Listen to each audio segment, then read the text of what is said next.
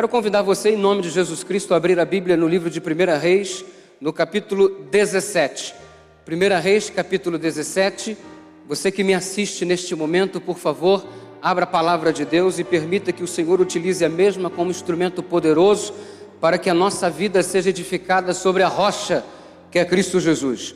1 Reis, capítulo 17, começamos a interagir com a biografia do profeta Elias, o chamado homem de Deus, nos passos do homem de Deus, a partir do capítulo 17 do livro de 1 Reis. 1 Reis, capítulo 17. Aproxime-se, por gentileza, se há alguém próximo a você, porventura, que não tem nas mãos a palavra, aproxime-se dessa pessoa para que também ela possa, ou ele possa, estar acompanhando a leitura do texto sagrado.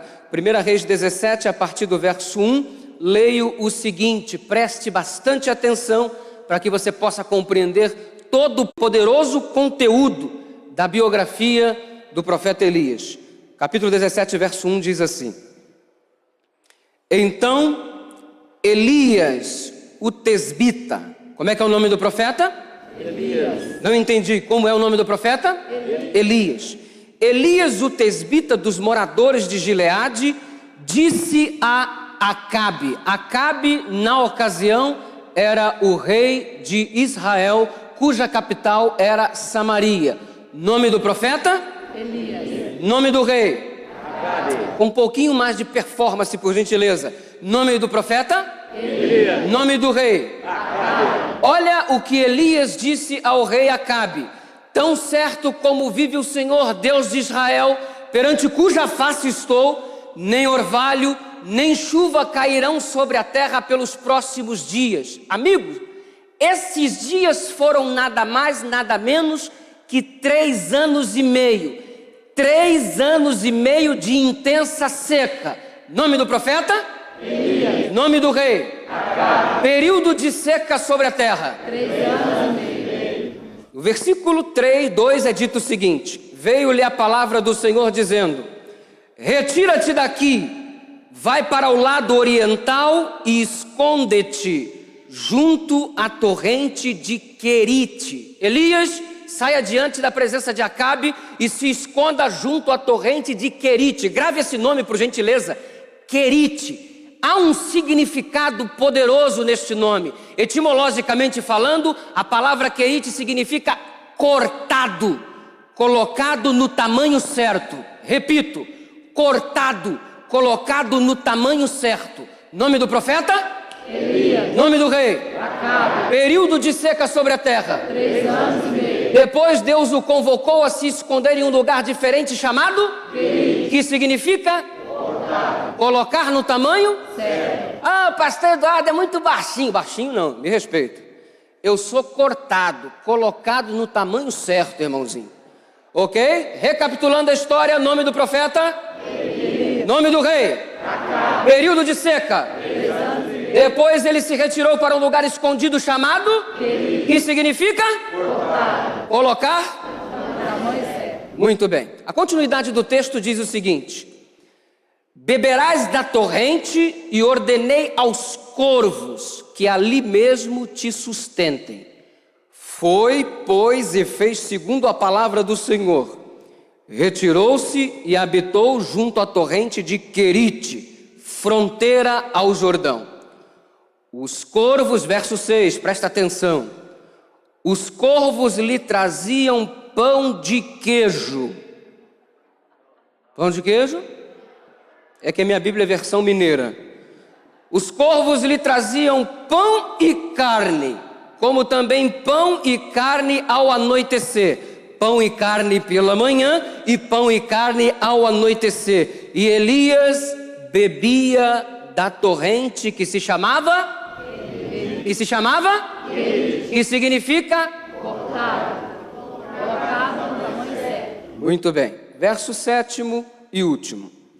Mas, passados dias, a torrente secou. A torrente secou. A torrente secou. Algumas vezes na vida, a fonte seca, amigão. E diz o verso 7 que a torrente secou. porque não chovia sobre a terra. Entendeu a história? Você que me assiste neste momento compreendeu a história? Deixa eu ver se você entendeu com propriedade. Nome do profeta? Elias. Nome do rei? Acabe. Período de seca sobre a terra? 3 anos e meio. Chamado de Deus o direcionou para um lugar chamado? Elias. Que significa?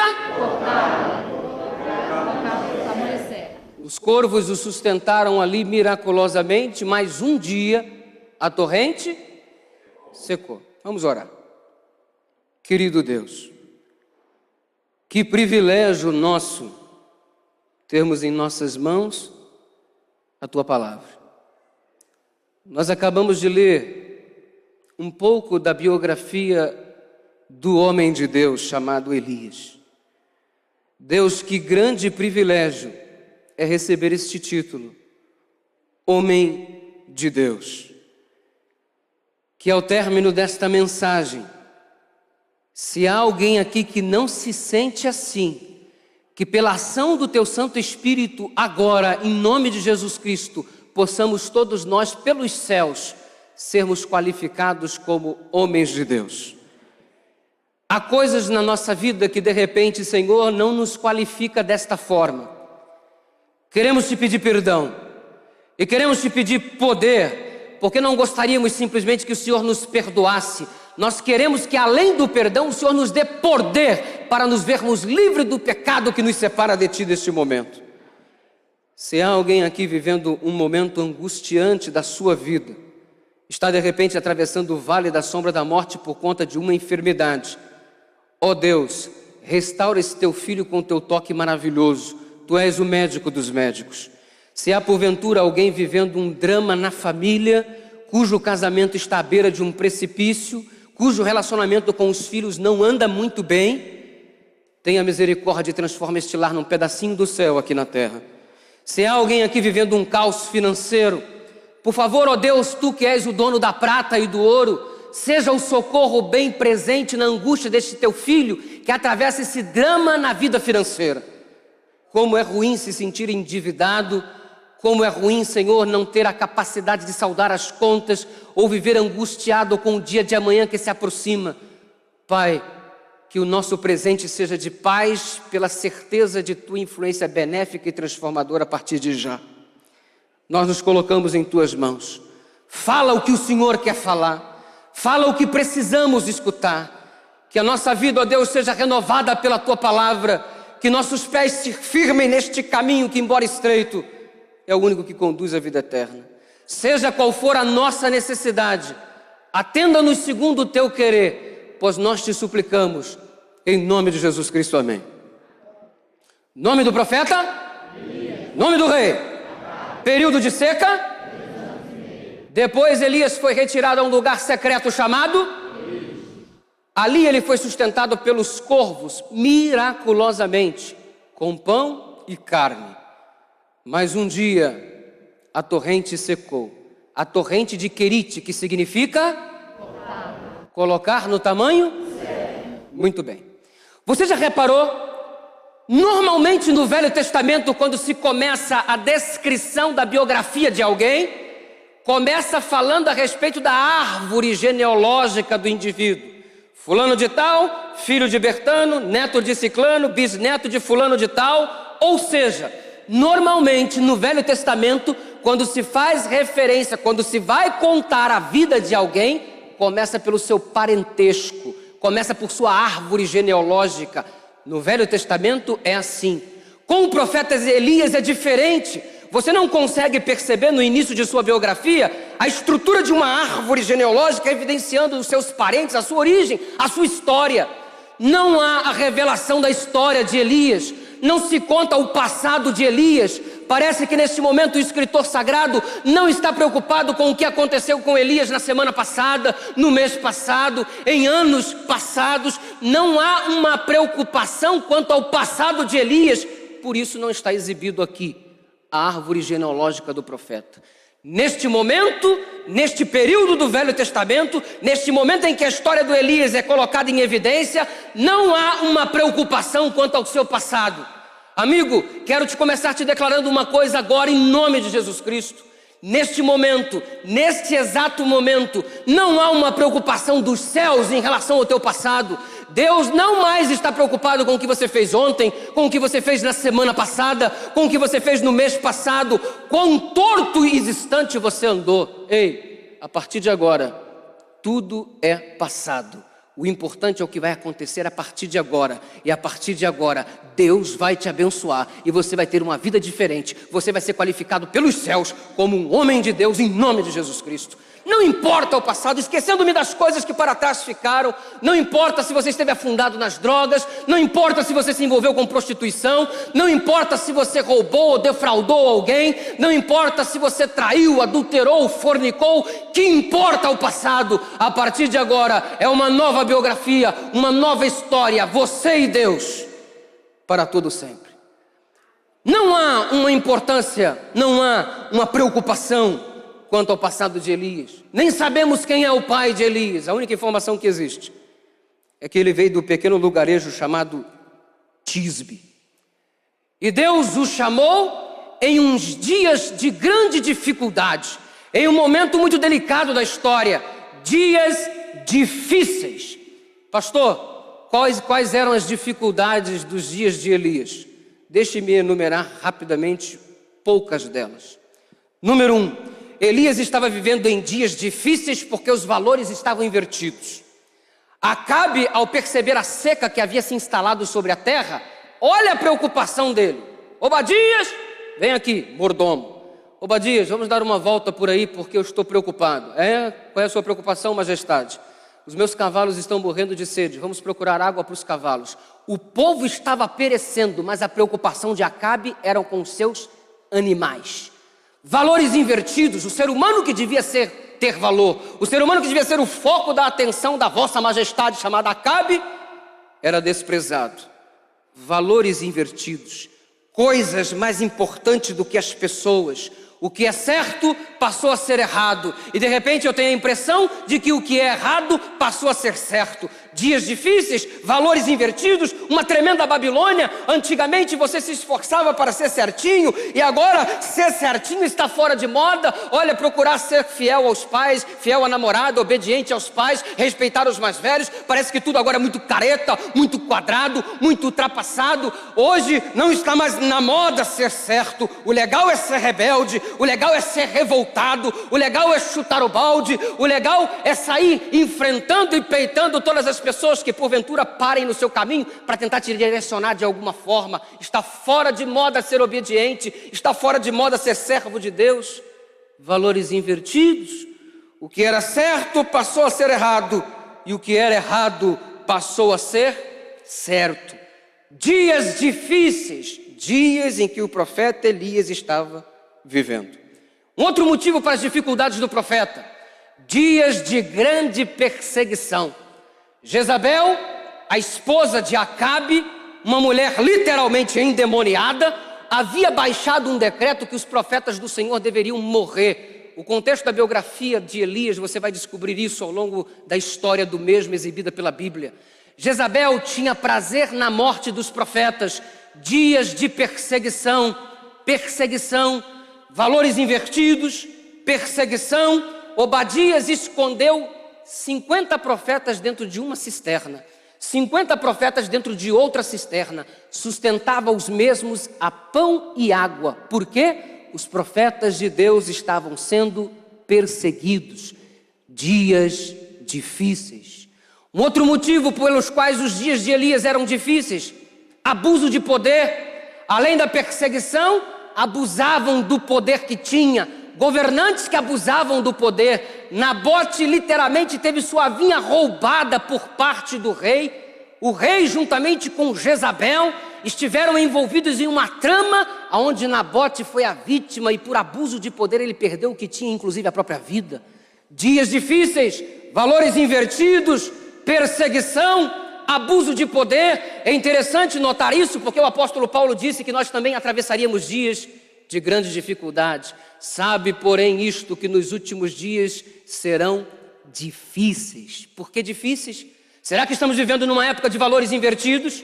Será que estamos vivendo numa época em que hoje é careta ser servo de Deus, é careta ser fiel a Deus, é careta procurar se manter puro até o casamento, é careta selecionar as músicas que você vai ouvir, é careta você se vestir com decência e modéstia, é careta você se preocupar com as palavras que compõem o seu vocabulário? Dias de valores invertidos, dificuldades são as mesmas que as dos dias de Elias. Que dificuldade, e o que se dizer da perseguição? Será que estou falando neste momento para alguém que se sente perseguido de alguma forma? Pastor, eu sou o único adventista na minha família, meu pai não concorda com a guarda do sábado. Pastor, eu estou prestes a ser expulso de casa, a minha família está me largando, me deixando de lado, tudo por causa do evangelho. Dias difíceis, pastor, olha, eu estou sendo perseguido dentro da minha própria casa, pastor. Perseguição, realidade do nosso cotidiano. Pastor, na minha escola, os colegas caçoam de mim porque eu não vou à aula na sexta-feira, zombam de mim porque eu não saio para o barzinho para beber junto com eles depois da aula. Pastor, zombam de mim porque eu não me envolvo sexualmente, não frequento os motéis ou os bordéis que eles frequentam. Pastor, eu estou sendo perseguido. Perseguido na escola, perseguido em casa, perseguido na comunidade de um modo geral, porque quer ter um estilo de vida diferente, está marchando na contramarcha do mundo. E como se não bastasse, algumas vezes você é perseguido dentro da própria igreja. Perseguição. Dias iguaizinhos aos dias do profeta Elias. Valores invertidos, perseguição, abuso de poder. Quer conhecer alguém? Dá poder para este alguém e então ele manifestará verdadeiramente o caráter real que possui. Indivíduos que querem exercer plena autoridade e domínio com a igreja, como se eles fossem donos da igreja. Gente que abusa do poder que tem, gente que abusa do poder que tem sendo um oficial de justiça, sendo um policial, gente que abusa do poder de Deus que tem sendo um governante, exercendo um domínio público. Abuso de poder, característica dos nossos dias. Percebeu uma coisa? A história de Elias é muito antiga, mas na verdade ela é muito atual, porque as dificuldades enfrentadas pelo profeta são as mesmas dificuldades que você e eu enfrentamos hoje em dia também. Dias difíceis. Mas pastor, o senhor vai falar só sobre as dificuldades dos dias? Não, amigão. Mesmo em dias tão difíceis, olha o privilégio. Elias escutava a voz de Deus. Por pior que sejam as dificuldades dos nossos dias, ainda é possível ouvir a voz do Senhor. E neste momento, em nome de Jesus, você vai escutar a voz de Deus falando na sua vida, por pior que sejam as suas dificuldades. Teu casamento está acabando? Calma, você vai escutar a voz de Deus. Você está à beira do suicídio? Calma, você vai escutar a voz de Deus. Tua vida financeira está complicada, dias difíceis, dias de angústia e perplexidade, não importa, você vai escutar a voz de Deus. Olha para o profeta Elias, parecia que o mundo estava desabando sobre a cabeça dele. No entanto, Deus falava. Deus nunca deixa de falar com seus filhos. Por pior que sejam os dias, o prazer dele é falar contigo, e ele vai falar contigo neste momento através da sua palavra. Elias, dá um recado para Acabe. Olha Deus falando com Elias. Pois não, Senhor. A mensagem é esta, esta e esta. Amigos, Acabe foi então o indivíduo que recebeu a mensagem de Deus por intermédio do profeta Elias. Elias saiu do lugarejo chamado Tisbe, foi caminhando em direção ao palácio onde Acabe se encontrava. E agora você imagina a cena. Elias chegando na porta do palácio. Oi, bom dia, eu sou o profeta de Deus e eu vim aqui por mandato divino. E olha, eu só vim aqui para dizer que o rei não presta, não vale nada e que o juízo de Deus vai cair sobre a vida dele. Posso falar com o rei? Você acha que foi assim? Óbvio que não. Se Elias se apresentasse dessa forma, certamente ele não iria ser recebido pelo rei. E mais, certamente ele seria assassinado. Dias de perseguição. De uma maneira miraculosa, Deus foi conduzindo o profeta. E ele passou pela guarda, ele passou pela portaria principal do palácio, ele foi entrando ao saguão e daqui a pouco ele estava em frente ao rei Acabe. E deu a sua mensagem mais que imediata. Tão certo como vive o Senhor Deus de Israel, perante cuja face estou, nem orvalho nem chuva cairá sobre a terra pelos próximos anos, porque a boca do Senhor eu disse, fui! E saiu correndo, porque se ele se detivesse mais um pouquinho, ele seria assassinado.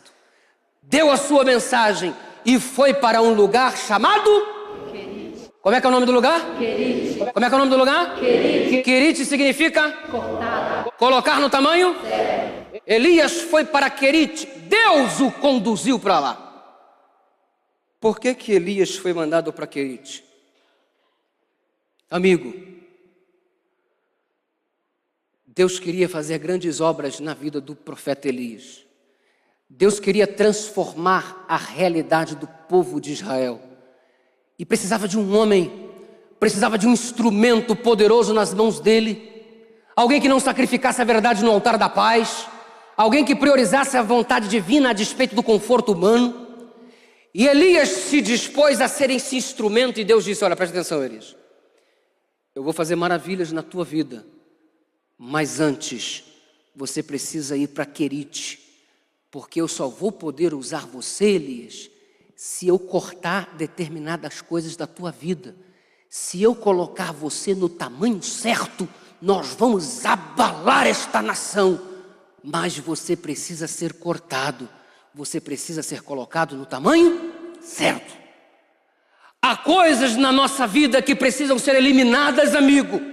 Há coisas na nossa vida que precisam ser cortadas, que precisam ser colocadas no tamanho certo. Olha para você, Deus quer te usar, Deus quer que você seja uma bênção na tua família, Deus quer que você seja uma bênção na tua faculdade, Deus quer que você seja uma bênção no teu ambiente de trabalho, Deus quer que você seja uma bênção na sociedade onde você vive, quer usar você, quer fazer de você um instrumento para mudar a história deste lugar. Só que Deus não está conseguindo, porque tem coisas na tua vida que precisam ser cortadas e não são. Tem coisas que precisam ser colocadas no tamanho certo e você não está permitindo.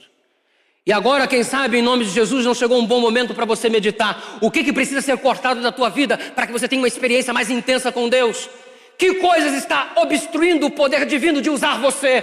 Ninguém atrapalha mais a execução do plano de Deus do que o próprio ser humano.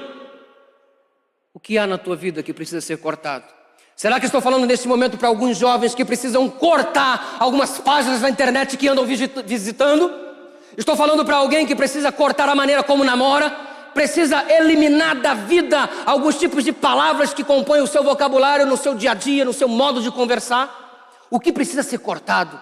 O que precisa ser colocado no tamanho certo? Será que teu casamento está tão conturbado que não é hora da intervenção divina de colocar tudo no tamanho certo? Quer ser um homem de Deus? Quer ser um instrumento poderoso nas mãos de Deus? Tem que deixar Ele te cortar. Tem que deixar Ele te colocar no tamanho certo. Você não tem a menor chance de ser chamado de homem de Deus se Deus não cortar você, se Deus não colocar você no tamanho certo. Todo homem de Deus passa por esse processo. Não existe homem de Deus sem atravessar este lugar chamado Querite. Só dá para ser homem de Deus se você for a Querite. E aqui está estabelecido neste momento um lugar chamado Querite. E segundo o mandato divino, ninguém passa por aquela porta sem ser cortado nesta manhã, sem ser colocado no tamanho certo para ser homem de Deus em nome de Jesus. Quer ser cortado? Quer ser colocado no tamanho certo? É o que Deus espera que você permita para que Ele qualifique você como homem de Deus. Lá estava Elias em Querite, no bem bom, irmãozinho. Todo mundo passando a maior dificuldade. Os pastos estavam secos, 3 anos e meio, nem orvalho, nem chuva. Pastos destruídos, o rebanho estava morto. Não havia verduras, frutas, legumes e nem carne. O povo estava morrendo de fome. Se você passeasse pela cidade, a cena que você mais iria contemplar eram os cadáveres de animais espalhados e quem sabe de alguns seres humanos também já em estado de putrefação. Por quê? Fome. Elias, no bem bom, estava com sede, esticava o braço, ia na fonte de Querite. Ô bênção, eu tenho, ninguém tem. Água mineral. Elias estava com fome. Eu estou com fome. Abri a boca, lá vinha um marmitex via aérea. Que coisa maravilhosa. Todo mundo passando fome. Elias com seu marmitex entregue via aérea. Todo mundo com sede. Ele esticava a mão e do ribeirinho ali da fonte em Querite, água mineral pura, cristalina. Como é bom ser profeta, como é bom ser pastor, como é bom ser líder do rebanho, como é bom ser homem de Deus. Opa! Elias se levanta num belo dia e qual é a sua constatação? A fonte secou. Ué, mas não foi Deus que enviou o profeta Elias? Não foi Deus que o mandou para Querite? Não foi sob ordem divina que ele compareceu lá? Por que então a fonte secou? Pastor, por que as fontes da minha vida andam secando? Pastor, a fonte da felicidade do meu casamento está secando. Pastor, a fonte da minha juventude está indo embora. Pastor, a minha saúde está se escoando. Fontes que secam. Pastor, por quê? Se eu sou homem de Deus, se eu sou servo de Deus, se eu fico fiel neste mundo tão contraditório de valores invertidos, de perseguição, e eu permaneço firme, inabalável no caminho de Deus, como é que pode, pastor, a fonte secar para a minha vida? Já se fez essa pergunta?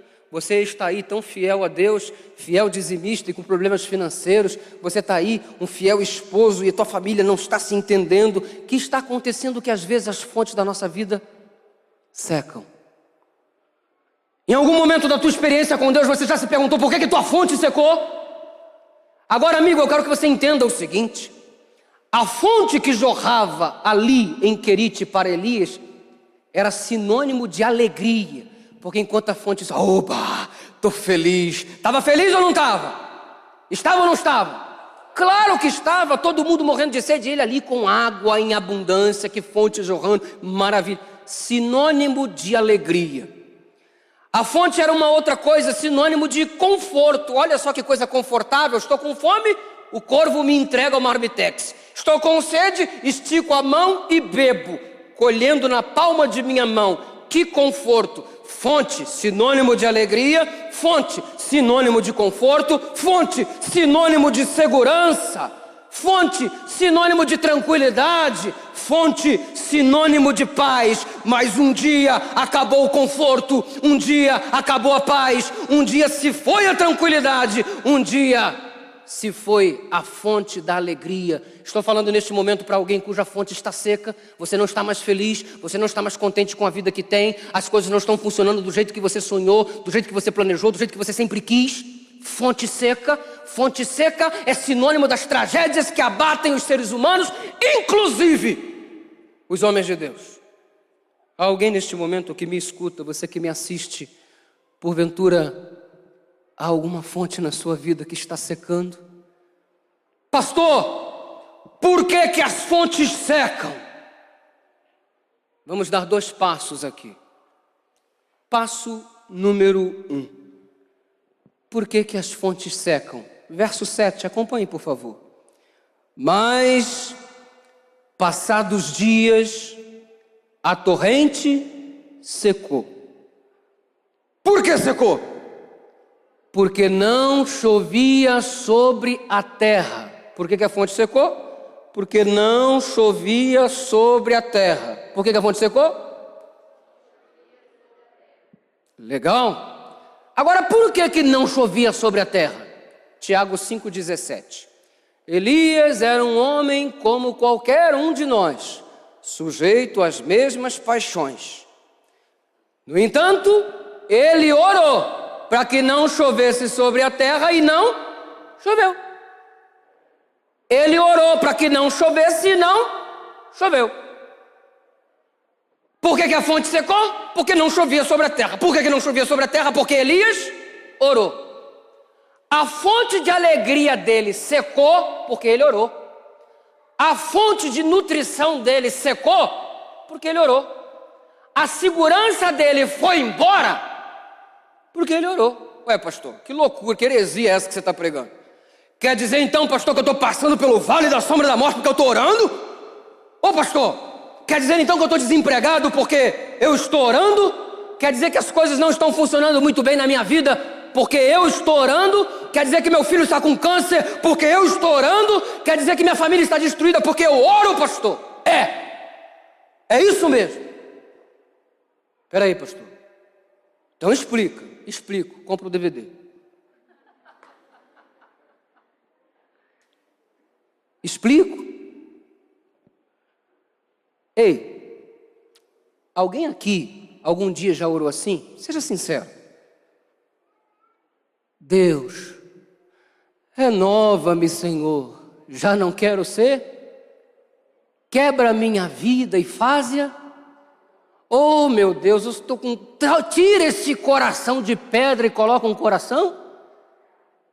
Senhor, eu não presto, aquilo que eu queria fazer eu não consigo, aquilo que eu não quero fazer é isso que eu faço. Meu Deus, muda a minha vida, eu quero ser um melhor esposo, eu quero ser um melhor filho, quero ser um melhor líder da igreja. Transforma a minha vida, arranca esse coração, me quebra, Senhor, me faz de novo. Você está orando e Deus aqui ouvindo com a maior alegria. Ô filho, você quer que eu te quebro? Eu vou te quebrar, filho. Você quer que eu te corte? Eu vou te cortar todinho, vou te colocar no tamanho certo, filhão. Que bom que você está pedindo isso, sabe o que você está precisando? Olha, você realmente tem coisas na sua vida que precisam ser aparados, consertados, como uma árvore, você precisa ser podada. Filho, que alegria, que bom que você está me pedindo isso. Esta é minha prioridade, atender orações como esta. Então, filho, vou te atender, se prepara, eu vou te quebrar todinho, filhão. Eu vou te cortar todinho, filhão. Eu vou te colocar no tamanho certo. Aguenta, filhão, que a obra vai começar.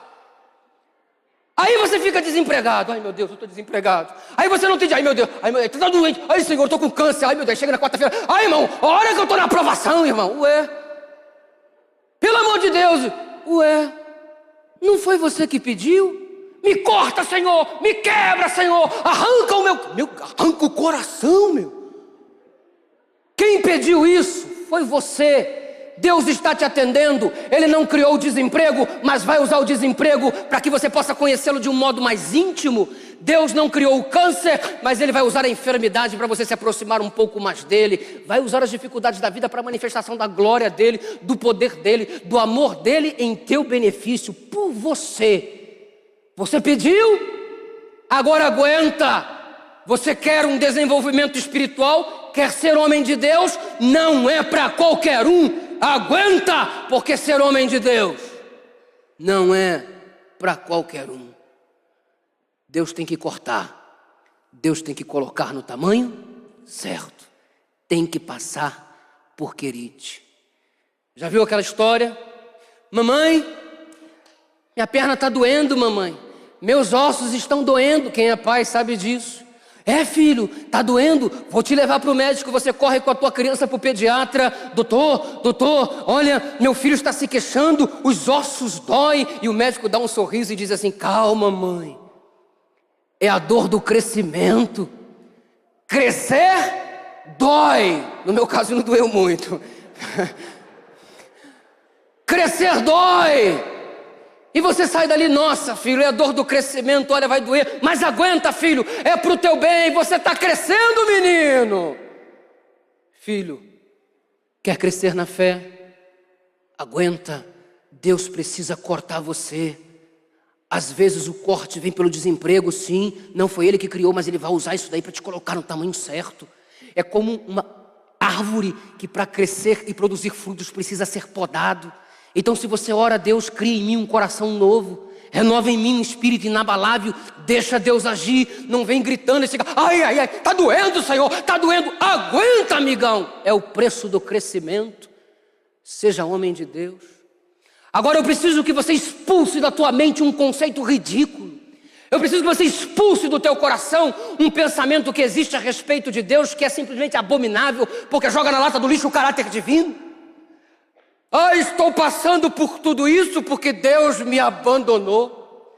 Eu estou sofrendo porque Deus não gosta de mim. Eu estou sendo cortado, colocado nesse tamanho aqui, porque Deus acho que virou as costas, me abandonou este mundo. Deus me esqueceu. Quantas pessoas eu já atendi ao longo do meu curto ministério até agora, dizendo: pastor, Deus me abandonou, pastor, Deus não gosta de mim. Se Ele gostasse de mim, eu não estaria passando pelo que eu estou passando. Se Ele gostasse de mim, eu não estaria vivendo o que eu estou vivendo. Se Ele gostasse de mim, o mundo não desabaria sobre a minha cabeça, como está acontecendo. Pastor, Deus me abandonou, virou as costas e foi embora. Querido, não fala isso. Vem para a Bíblia. Vamos viajar nas páginas das Sagradas Escrituras. Vamos começar com um homem chamado Jó. Deus gostava de Jó, sim ou não? Deus amava Jó, sim ou não? Olha o que a Bíblia diz a respeito dele: homem íntegro, reto, temente a Deus, e que se desviava do mal. Deus amava Jó, Deus gostava de Jó, Deus dava atenção para Jó, Deus escutava Jó, Deus enxergava Jó. No entanto, olha para Jó. Perdeu os seus 10 filhos, sua vida financeira se tornou um caos, perdeu tudo o que tinha e seu corpo estava sendo consumido por uma praga, por uma enfermidade purulenta. Contemplava com seus olhos os seus dedos caírem de um lado para o outro, parte do seu corpo já em estado de decomposição. E Deus amava Jó. Então não me vem com essa conversa dizendo, olha, Deus não gosta de mim porque eu estou assim, Deus não gosta. Deus ama a todos. E sofrimento não é prova do abandono divino. Sofrimento é prova de que Deus está cortando você, você está entrando num processo de crescimento. Aguenta, porque no final você vai ser chamado de homem de Deus. Olha para Daniel, homem fiel que orava 3 vezes ao dia regularmente, clamava a presença de Deus. No entanto, onde Daniel foi parar? Na cova dos leões. Olha para José, onde que José foi parar? Como uma mercadoria vendida, como um objeto qualquer para o Egito. Daqui a pouco, acusado de estupro, foi parar no fundo de uma masmorra escura, fria, no subterrâneo. Olha para José, olha para Daniel, olha para Jó. Olha para Jesus no jardim do Getsêmani, suando gotas de sangue, todos os pecados da humanidade, e ele dizendo, Pai, se for possível, aparta de mim este cálice. Deus não gostava de Jesus, Deus não gostava de Jó, Deus não gostava de Daniel, não gostava de José. Deus não gosta de você porque você sofre? Que papo é esse, amigo? Isso não é bíblico. Deus te ama e é exatamente por isso que você está atravessando o vale da sombra da morte, porque você precisa ser cortado, você precisa ser colocado no tamanho certo. Crescer dói, mas no final você é homem de Deus. Agora, uma coisa é certa, por pior que seja a situação, você nunca vai deixar de escutar a voz dele. E você pode dizer tudo, menos que Deus não falou contigo. Deus está falando contigo agora. Ou você decide ser homem de Deus, suportar até o fim, ou então a sua vida vai continuar sendo sem significado do jeito que é, vazia. Homem que não cresce, homem que não progride e, acima de tudo, que nunca sentiu o que é o poder de Deus na vida. Viver para quê? Elias foi cortado, foi colocado no tamanho certo. Olha quanta coisa Deus fez na vida do profeta, querido. Quanta coisa Deus quer fazer na sua vida e você está fugindo do chamado dele. Quando Deus chamou Elias, quem ele era? O tisbita. Quem é você? Sou mineiro, sou carioca, sou paulista. Quem é você? Sou delegado, sou da Polícia Federal, sou professor universitário. Que título legal, hein? Eu sou médico, eu sou dentista, eu sou enfermeiro, eu sou policial, eu sou pastor. E ficamos aí nos regozijando com os nossos títulos. Eu sou empresário, eu sou isso, eu sou aquilo. Que adianta você ter todos esses títulos se o maior de todos você não possui? Homem de Deus. Pode ser o que for, se não for homem de Deus, não vale de nada. Elias deixou de ser chamado de tisbita. Depois que passou por Querite, ele foi chamado de homem de Deus. Quer passar por Querite nesta manhã? Querite é aqui. Você dirá diante de Deus, eu quero ser colocado no tamanho certo, Senhor. Eu estive fazendo uma semana de oração no Triângulo Mineiro, no início deste ano, se não me falha a memória. Semana do Calvário.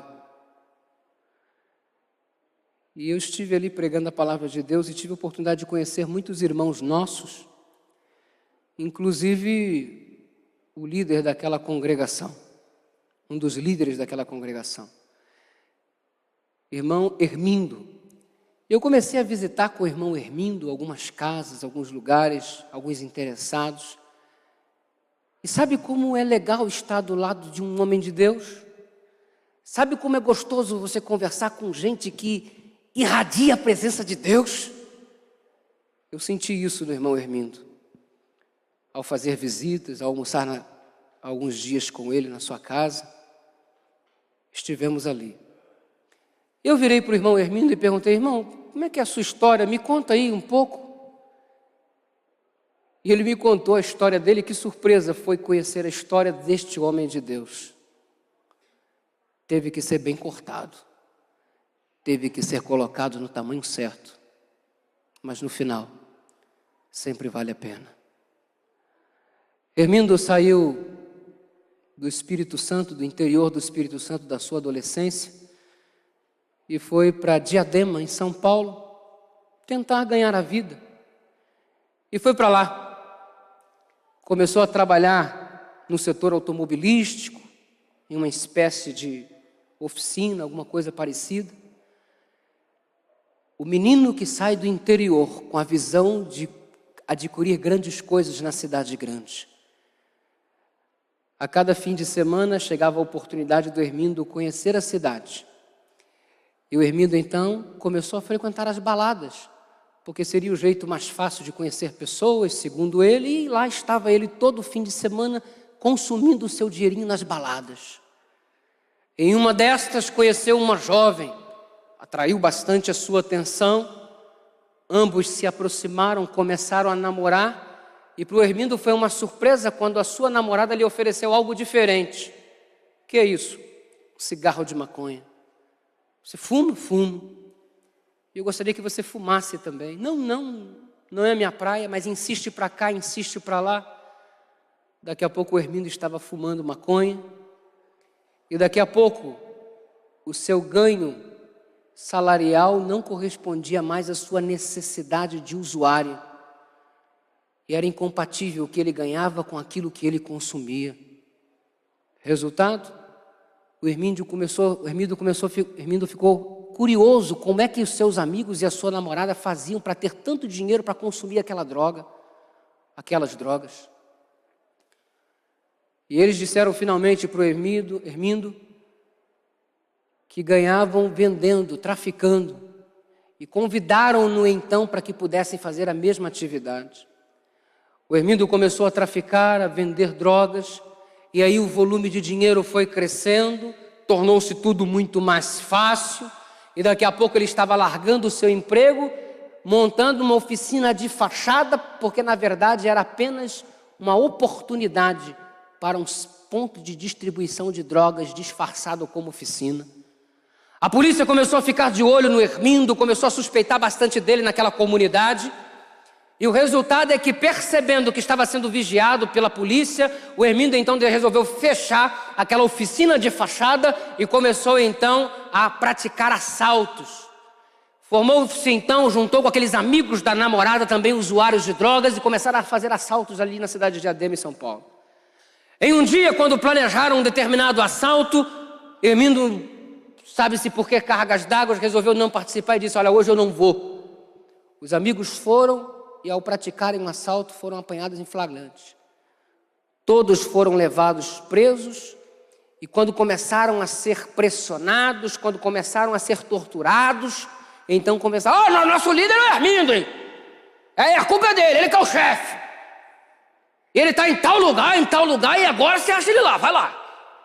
Daqui a pouco chega na casa do Hermindo uma visita bem diferente.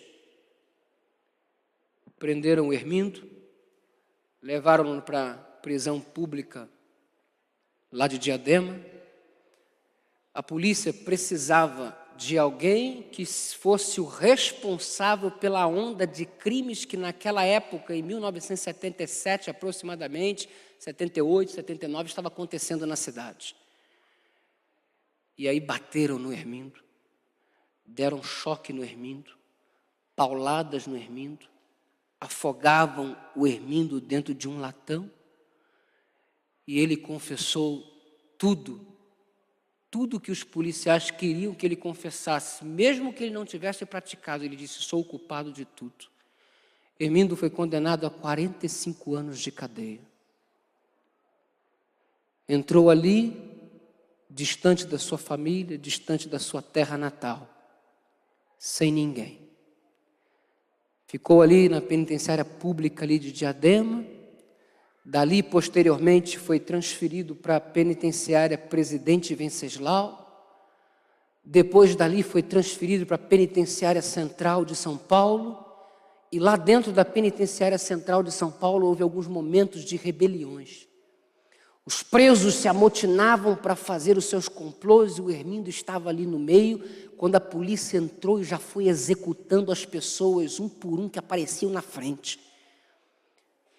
Hermindo começou a clamar por Deus para que de alguma forma Deus o livrasse. Os policiais agarraram o Hermindo, puseram-no ajoelhado. Um deles pegou a pistola, colocou na cabeça do Hermindo e disparou 3 tiros, nenhum deles saiu. Hermindo orava: Deus, me salva dessa, que se o Senhor me tirar daqui, eu ainda vou fazer alguma coisa pelo Senhor. 3 tiros, nenhum saiu. Jogaram o Hermindo num corredor polonês, bateram, agrediram, jogaram-no numa cela, em algumas vezes, 90 dias, nu, dentro de um espaço frio. 120 dias depois, ainda nesta cela, lá sai o Hermídio todo arrebentado, cortado, colocado no tamanho certo. Hermindo saiu dali e foi transferido então para Araraquara. Quando chegou em Araraquara, conheceu um colega de prisão que recebia uma revista de uma irmã que era adventista. Este colega do Hermindo, lá na prisão, tinha uma irmã adventista que enviava para eles revista chamada Revista Mocidade. Quem se lembra dessa revista? Levante sua mão. Bom, não é do meu tempo, mas o Hermindo recebia essas revistas. O colega do Hermindo recebia essas revistas. E você se recorda que na contracapa da revista tinha um espaço assim: corresponda-se comigo. E as moças desesperadas, frustradas, encalhadas da igreja, todas se colocavam ali. Pelo amor de Deus, alguém me mande uma carta. E lá estava o nome. O colega de cela do Hermindo começou a escrever para um monte de gente, para tudo quanto é parte do Brasil. Resultado, este homem começou a receber na cela de dezenas e dezenas de cartas. E percebendo que o Hermindo não recebia nenhuma, coitado, toma aí uma carta para vocês, deu uma carta para o Hermindo. E o Hermindo pegou então e escreveu para aquela pessoa da cidade de Uberlândia. Carta vai, carta vem. Imagina as expectativas da moça: nossa, devo ter encontrado meu príncipe encantado. Eu fico imaginando comigo mesmo: vem me ver. Eu digo: não posso, porque tem algo que me impede. Mas o Hermindo foi sincero. Logo na primeira carta ele disse: olha, estou preso. Certamente não era o rapaz dos sonhos. Certamente não era o príncipe encantado.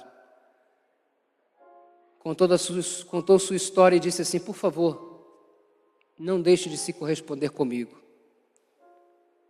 A moça, agora movida por um senso missionário, começa a enviar estudos bíblicos para o Hermindo, começa a enviar cartas para ele. E ela também se preocupou em entrar em contato com a igreja adventista do sétimo dia em Araraquara. E após contar o episódio para os irmãos da igreja, o ancião reuniu um grupo de irmãos e começou a ir ao presídio para conhecer o Hermindo e dar estudo bíblico para ele. O Hermindo estudou a palavra. E ali dentro do presídio, ele foi batizado para a glória de Deus, transformado em homem de Deus. Depois de cumprir parte da pena, finalmente chegou o momento de ter sua condicional e sair da prisão.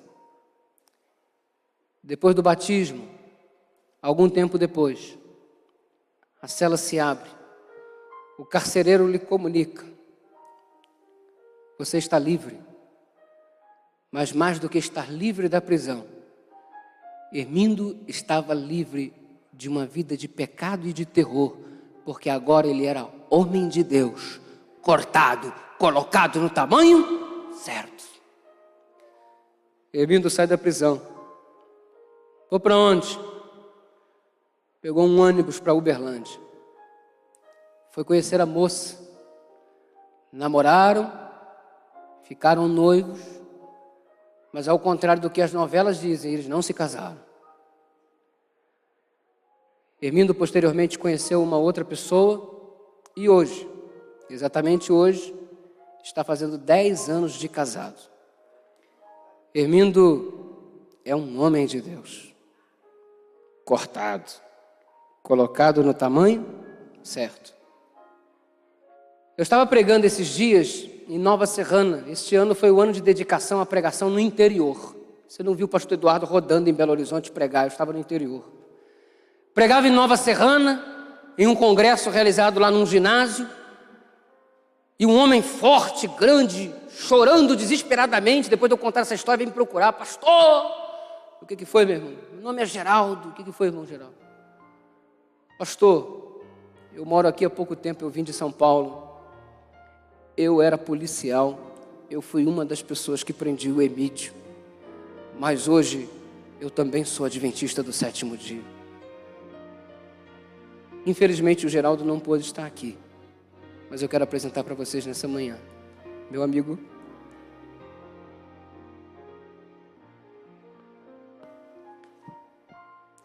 homem de Deus, colocado no tamanho certo. O que você neste momento está precisando que seja cortado na sua vida?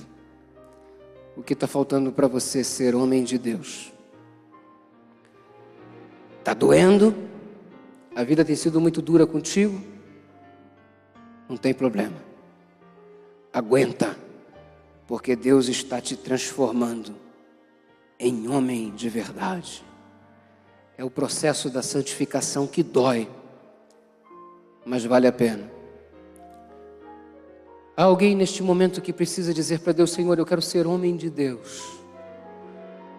Eu quero ser um servo do Senhor. Eu preciso que muita coisa na minha vida seja cortada. Eu preciso acreditar que o Senhor está na direção, mesmo sentindo que o mundo desaba sobre a minha cabeça. Quero crescer. Há alguém que precisa se entregar para Deus nessa manhã de um modo especial? Levanta daí. Vem cá. Vem ser homem de Deus. Vai doer, amigão, porque às vezes dói mesmo. Valores invertidos contra a marcha do mundo, perseguição, gente querendo puxar o teu tapete. Dói, mas vale a pena, não tenha medo. Vem aqui ser homem de Deus em nome de Jesus. Deixa Ele te cortar, deixa Ele te colocar no tamanho certo. Vem aqui para a glória do Senhor. O Senhor te chama. Essa música é o chamado de Deus para a tua vida. Vem, em nome de Jesus, vem ser homem de Deus. Querido Deus, Paizinho, estamos vivendo em dias muito difíceis. Não está fácil. Só o Senhor sabe quão sofrido tem sido os dias de cada um de nós. Tu conheces a luta de cada um dos teus filhos. Mas obrigado porque em meio a tantas dificuldades, ainda é possível ouvir a tua voz. E obrigado porque a escutamos neste momento.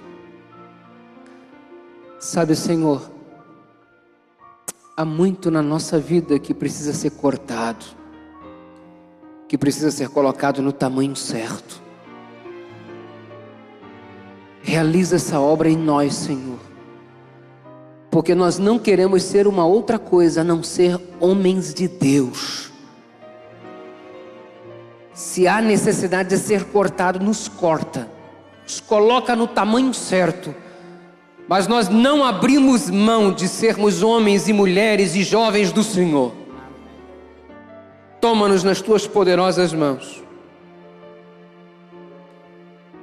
e ajuda-nos Ajuda-nos a passar pelo vale da sombra da morte, confiando em Ti e acreditamos que estamos ao Teu lado, apenas passando por um momento de crescimento que dói,